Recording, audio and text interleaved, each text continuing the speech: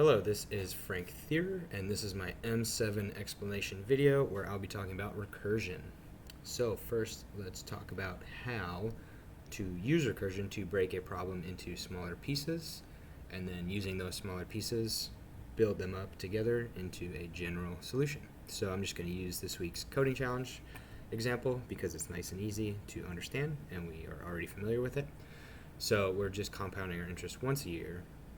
And if we just had 1 year, this would be really easy. But let's say we want to figure out our interest or our balance after 30 years.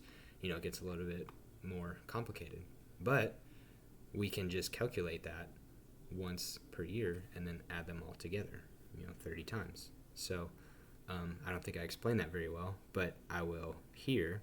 So this is our recursive method, and it might seem a little complicated at first, but it's really pretty simple. So we are just going to feed in a number of periods, an interest rate, and our starting balance. And so if the period is less than 1, meaning 0, obviously, our starting balance isn't going to change because we're not compounding any interest. But if the period is not 0, then we are going to do this recursion here. And so we are going to calculate a new balance by taking our starting balance and then adding the interest rate times that starting balance. And then we are going to feed that back into this method, which is the recursion. So we have to decrement the period by 1. That's how this works. Otherwise, it would just, run forever, and that's not what we want. And of course, we're going to feed in the new balance. And so by returning this, we are calling this method, which starts the whole process over. And then until the period gets to 0, it's just going to keep doing this same thing. It's going to keep calculating the new balance by taking whatever balance was at the beginning of the method call, and then multiplying the interest rate by that balance. And it's just going to keep going over and over. And I implemented, sorry about that, dog's a little excited. I implemented a counter here just to see, how many times this is actually going to happen. This is, of course, all going to be run from main here. And then I also created a loop method to explain how that would work. And so let's just talk about that next before I run both so we can compare and contrast. But essentially, we can do the same thing with a loop, right? In most cases. Maybe all cases. I'm not sure. But the point is that in this case, we can do just a simple while loop, which is kind of saying the same thing, right? While the periods are greater than 0, we're going to keep looping. And that's basically what we're doing here, because the periods are greater than 0, we're just going to keep calling the same method. But instead, we can just do a simple loop inside one method. And we have the same formula right here, and then the same decrement of periods. And we just keep adding that amount to the starting balance, and then we return the starting balance. So, it's a little bit clearer here because this is a very basic example. But at the end, I'll show an example of, maybe why recursion would be easier.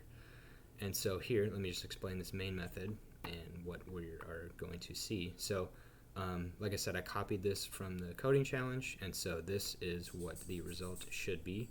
So this is our expected result. And then we are going to, of course, call the recursive method with those parameters. We're going to call the looping method with those parameters. We're going to see how many times each method ran using this counter. And then we're going to compare the results by just taking the difference of them. And so let me run this code here. And we can see that our expected result is exactly what we got in both cases. Of course, we have some extra decimals here, but you can see that they're actually exactly the same, which is cool. And so here we can see in the counters that our recursive method ran 21 times because, if we want to calculate the interest rate over 20 years, we have to run it 21 times because that final time the period is going to be less than 1, and we'll just return that number. But it needs, you can't run it 20 times because then it wouldn't be correct. But of course, this looping method, because there's nothing else happening in here except just a loop, that's only going to run 1 time. And we can see here that the difference is exactly 0, which is perfect. So that means that both of our methods did the exact same thing that we wanted it to. And so just an example of, maybe, here the loop was obviously very easy and much, I think, simpler to understand maybe than this. But if we look at the textbook, which I had to pull up in Edge because I don't have my default browser set properly, we can see here that it gives us this example of what's called the Sierpinski gasket. And if we just take a look at this code right here, I mean, this just, I don't know about you, but it gives me a headache. And I have no clue how we would even begin to implement this in a loop.